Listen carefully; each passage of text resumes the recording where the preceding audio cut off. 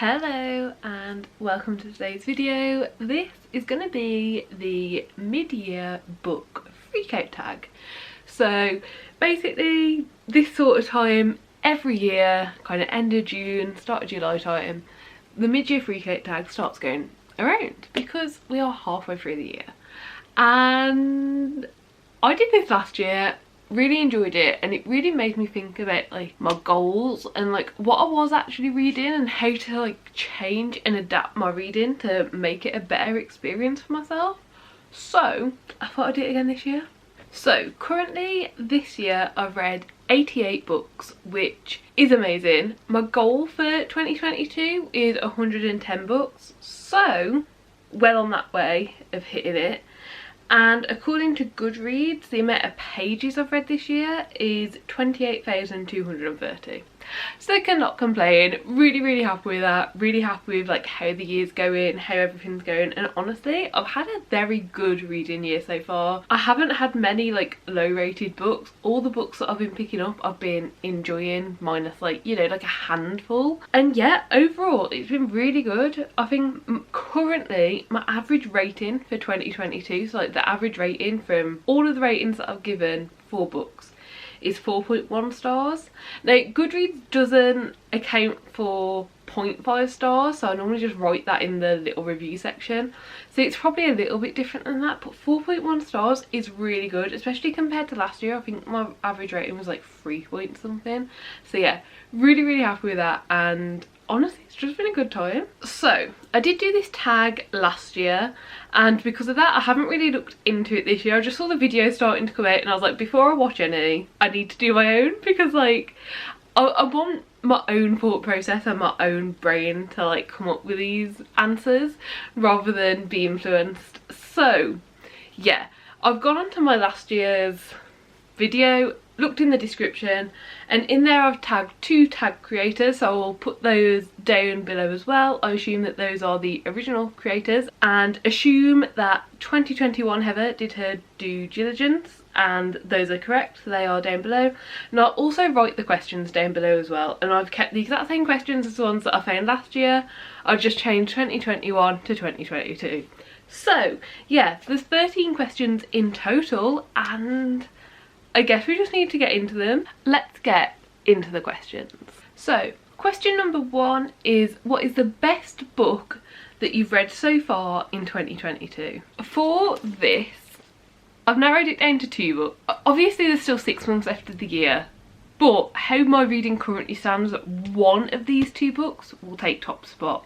Obviously in another 6 months that's all to play for. There's still a lot of things that I've got yet to read, but the 2 books are These Violent Delights by Chloe Gong and Station 11 by Emily St John Mandel. So these 2 books are great, so let's talk about them. Station 11 I read for a video where I was reading books about pandemics, because that is like the basic premise of this book, but it's so much more. It's like multiple timelines, multiple perspectives, and the story and the intent of the book is so interesting. You're so wrapped up with every character. We follow like the night a pandemic hits, and then we also follow like 30 years later, and there's also a timeline from like 10 years before, but like none of them are necessarily following like the same characters or things, and you're trying to figure out how these timelines are like woven together, what's going on. And our timeline for 30 years later is following a theatre group, and they perform Shakespeare to loads of little places, and obviously we see a bit of Shakespeare in this as well, but honestly this is just so good. I really enjoyed this. It is a bit of an older book now, but I think it really holds up, and I feel like having lived through a pandemic, this also like holds so much more. So this was first published in 2014, so it is a bit of an older one, but I don't know, like it really did, like it hit home. It gave so many emotions, there was so much going on in it, and I just read it. I read it physically whilst also listening to the audiobook, and the audiobook was also amazing. So yeah, I really think this is potential top contender. And then the other one, These Violent Delights, is actually like, okay, these are both to do with Shakespeare. I've only just pieced that together, but these are both to do with Shakespeare. This one is a Romeo and Juliet retelling, but it's based in Shanghai in the 1920s, 1926. So yeah, and it's really interesting because this doesn't necessarily follow like the story you've been told. Like, it picks up a bit later on into like where you'd naturally put like the Romeo and Juliet thing, and you can definitely see the influence of Romeo and Juliet in it. We follow our two main characters, Juliet and Roma, and yeah, like, it's so good. Like, there's obviously like, there's gangs, there's rivalries, there's stuff going on, and there's also like so many side characters, and all the characters are interesting. But then there's also this fantastical element in there as well, which I expected going in because I'd read it, like read the description and heard about it.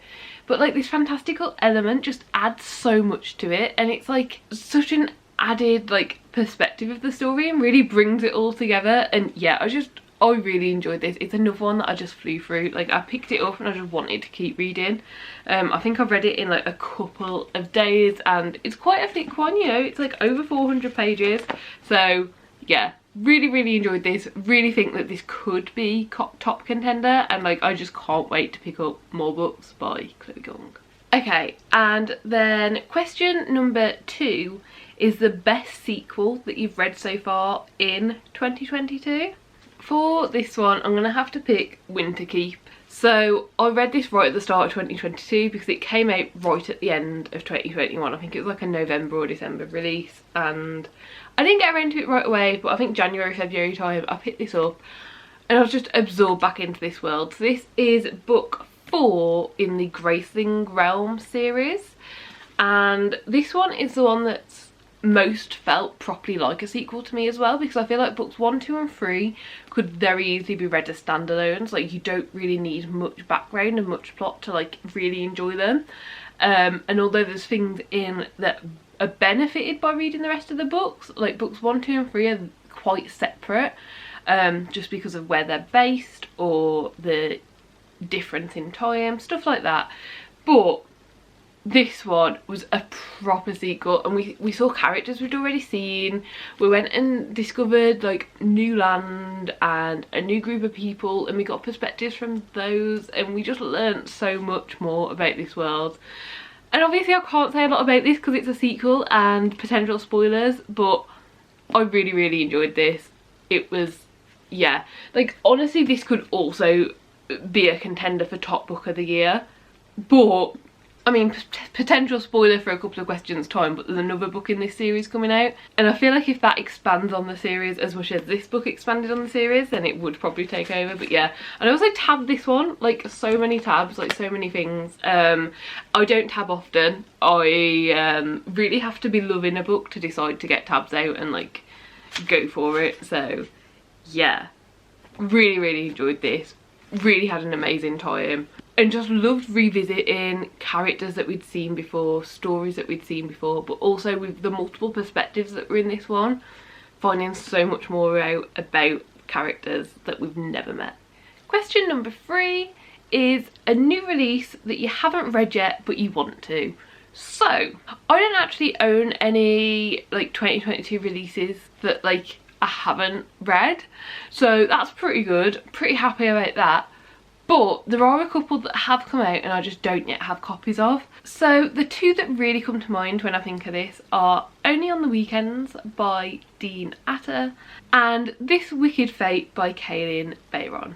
So these are both kind of like up there books that I really want to pick up because they're by authors that I've already read before.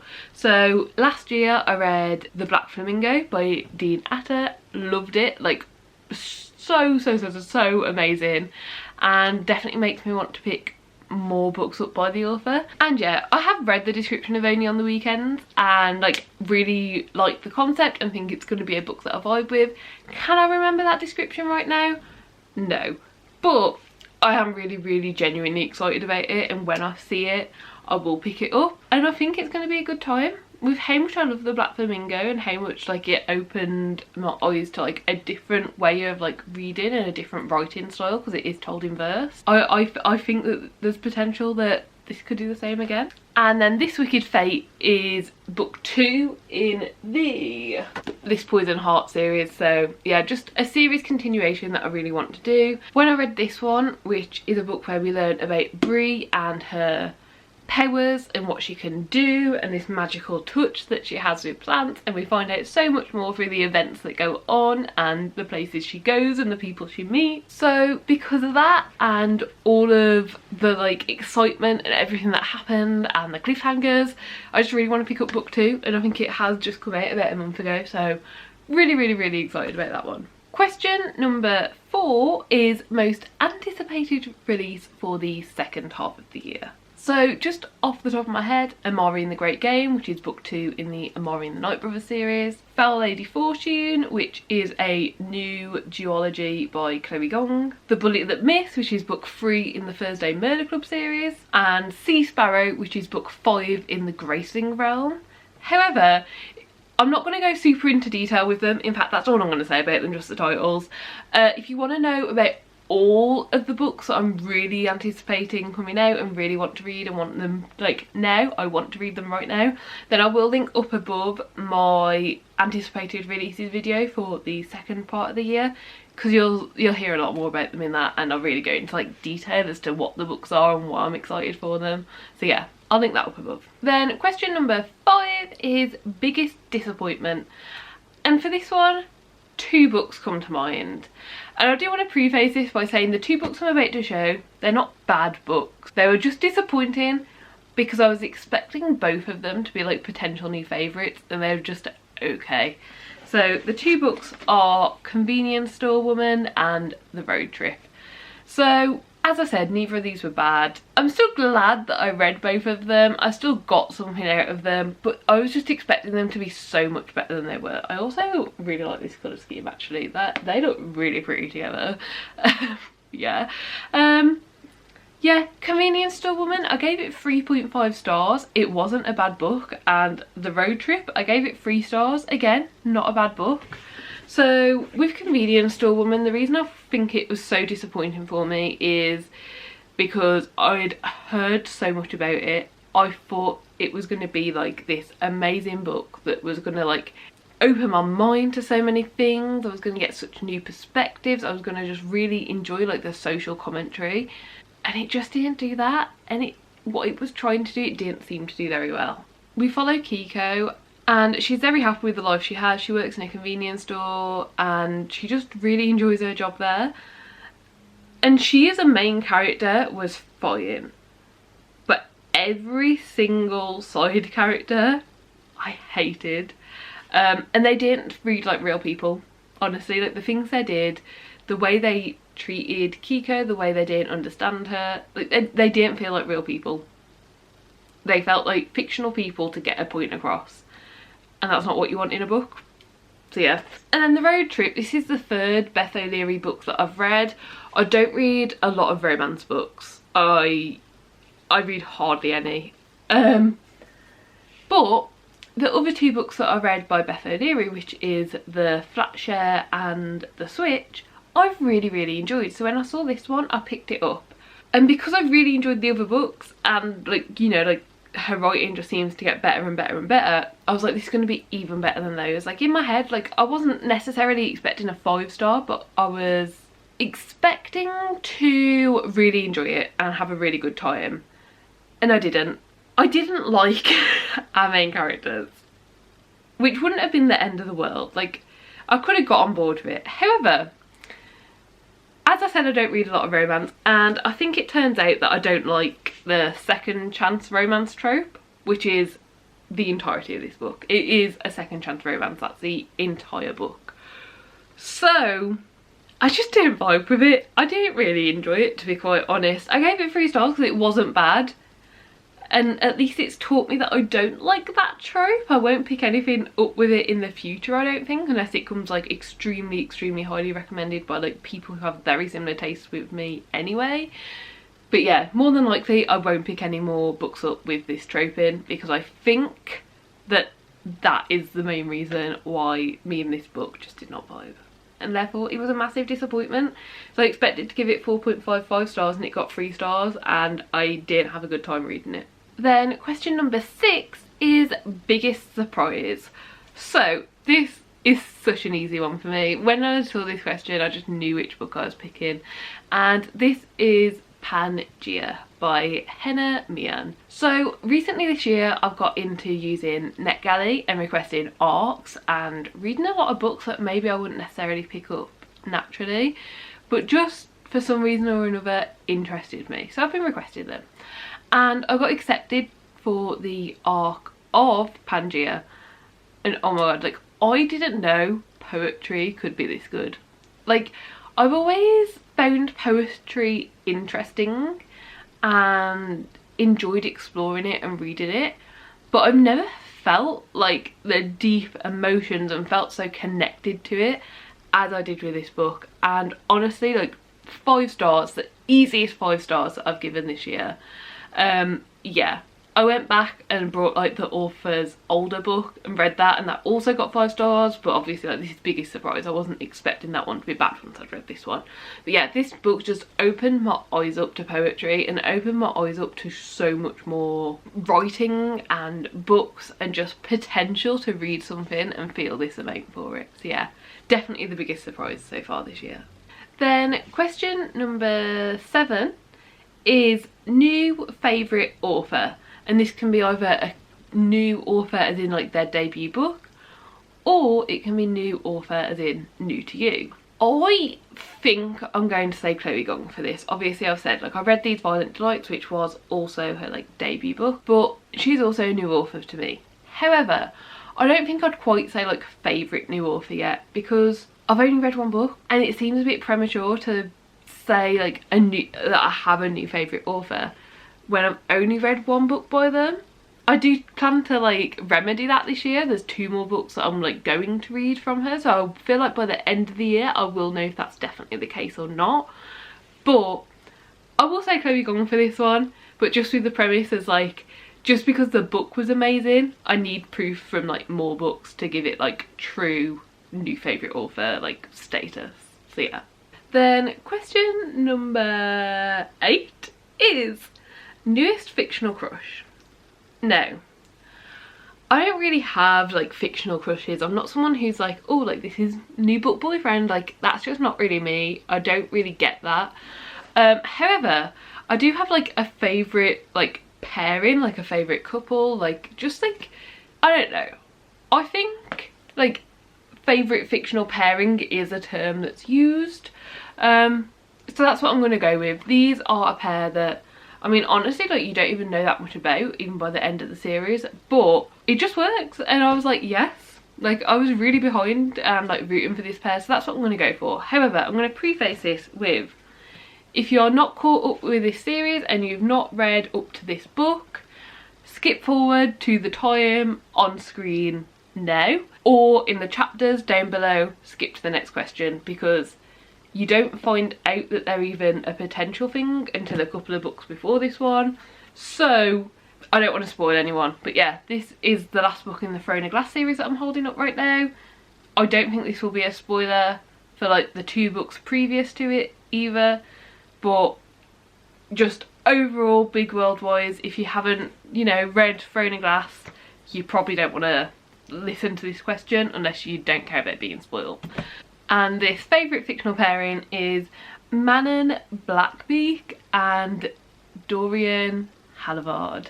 So yeah, if you've read it, you know, they're just vibes, honestly, just vibes. Like, the entire like relationship, because it's very open-ended, we don't actually know. It wouldn't surprise me if at some point we got some sort of book about them.